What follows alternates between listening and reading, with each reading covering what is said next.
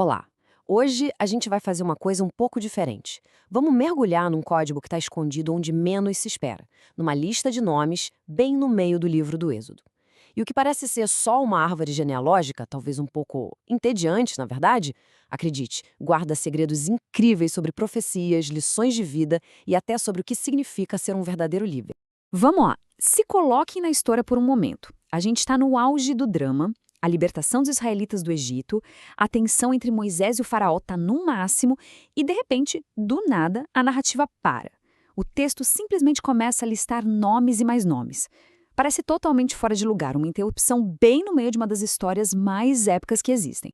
E aí fica a pergunta, né? Por que essa pausa? Por que desviar de toda a ação para listar nomes e linhagens? Não parece fazer sentido. Ou será que faz? Bom, esse é o mistério que a gente vai tentar resolver hoje, seguindo as pistas deixadas por um dos maiores comentaristas bíblicos de todos os tempos, o Rashi.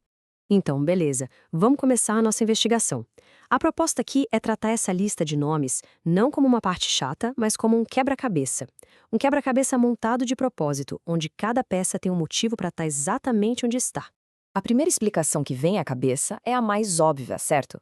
O texto quer simplesmente mostrar de onde vieram os heróis da história, Moisés e Arão. Ok, eles são da tribo de Levi, e a lista mostra isso. Fim da história. Só que não é bem assim.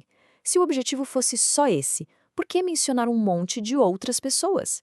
É aí que a coisa começa a ficar bem mais interessante. E aqui a gente pega a nossa primeira pista. Vamos dar uma olhada com mais calma nos primeiros nomes da lista, as duas primeiras tribos que aparecem. A princípio, elas não parecem ter uma ligação direta com Moisés e Arão. Exato. Pensem comigo. Se o foco todo é chegar em Levi, que é o ancestral dos nossos heróis, para que começar a lista com os irmãos mais velhos dele, Ruben e Simeão? E as respostas que o Rashi encontra são fantásticas. Ele dá duas possibilidades. A primeira é bem prática. O texto só está seguindo a ordem de nascimento do mais velho para o mais novo. Lógico. Mas a segunda é genial. Rashi lembra que Ruben e Simeão tinham sido repreendidos pelo pai Jacó lá no passado. Então, ao colocar eles na frente da lista, o texto estaria mandando um recado sutil, tipo, olha, apesar dos problemas do passado, essas famílias ainda são importantes, ainda são dignas. Ok, primeira pista resolvida. Mas agora o mistério fica ainda mais complexo. A gente vai ter que virar uma espécie de detetive de matemática, porque a próxima pista está escondida nos números, nos anos de vida de cada personagem.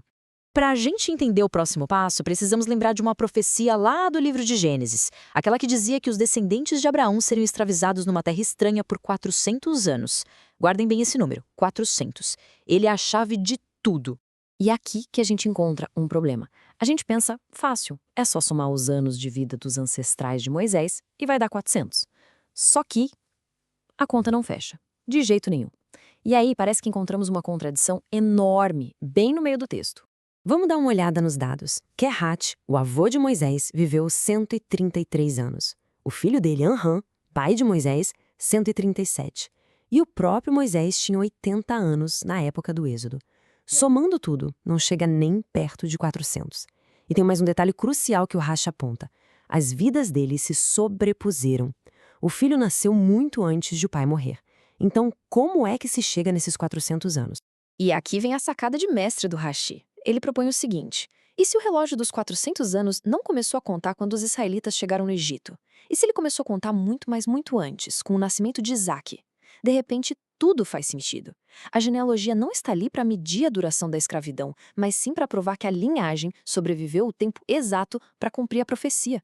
Uma solução elegantíssima. Agora que o enigma do tempo foi resolvido, a lista de nomes revela outro tipo de segredo. Dessa vez, são lições morais e sociais escondidas nos detalhes mais sutis. Olhem só que conselho prático que o Rashi tira de um detalhe que passaria totalmente batido. O texto menciona que a esposa de Arão, Elisheva, era irmã de Nashon, um cara que era um líder super respeitado. Para Rashi, isso não é uma informação aleatória, é uma lição. Na hora de escolher com quem se casar, vale a pena dar uma olhada na família da pessoa, especialmente nos irmãos. Agora, a gente chega num nome que é um verdadeiro enigma. Putiel. Ele é o sogro de Eleazar, filho do Arão. O curioso é que esse nome não aparece em mais nenhum lugar. É um personagem totalmente misterioso. E onde tem mistério, Rashi vai fundo para investigar. E a interpretação dele aqui é fascinante. Rashi sugere que o nome Putiel conecta duas heranças opostas. Por um lado, viria de Jetro, que engordava bezerros para ídolos. A palavra em hebraico para isso soa como Putiel. Por outro, viria de José, que desdenhou da tentação no Egito, e a palavra para isso também soa como Putiel. O neto dele, Pinchas, herdaria então o melhor dos dois mundos: o zelo de alguém que se converteu e a retidão de quem sempre esteve no caminho certo. E tudo isso nos leva, finalmente, à conclusão da genealogia, ao seu propósito final: estabelecer, sem nenhuma dúvida, as credenciais de Moisés e Arão como líderes. Depois dessa jornada por nomes, números e pistas escondidas, a genealogia amarra tudo e volta para o seu foco principal. Ela funciona como uma prova definitiva da legitimidade dos heróis da história, não só pela linhagem, mas também pelo caráter. Agora prestem atenção num detalhe mínimo, mas que muda tudo. Num versículo, o texto diz: estes são os mesmos Arão e Moisés. Logo em seguida, no versículo seguinte, a ordem se inverte. Estes eram Moisés e Arão. Ué, parece um erro de cópia, não parece? Ou será que é de propósito? E aqui está o ahá final. Rashi explica que essa troca de ordem é totalmente deliberada. O texto está ensinando uma lição profunda sobre liderança.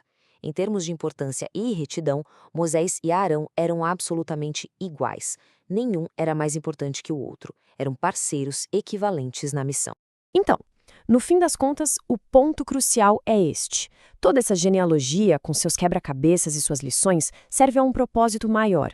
Ela demonstra que Moisés e Arão não foram escolhidos por acaso. A linhagem era digna, o caráter era consistente e eles eram iguais no compromisso. Estavam destinados para esse papel. E tudo isso nos deixa com uma reflexão final. Essa análise mostra como até as partes que parecem mais maçantes de um texto podem conter camadas e mais camadas de significado. Fica a pergunta: que outros segredos profundos estão escondidos bem diante dos nossos olhos, apenas esperando que alguém olhe com um pouco mais de atenção?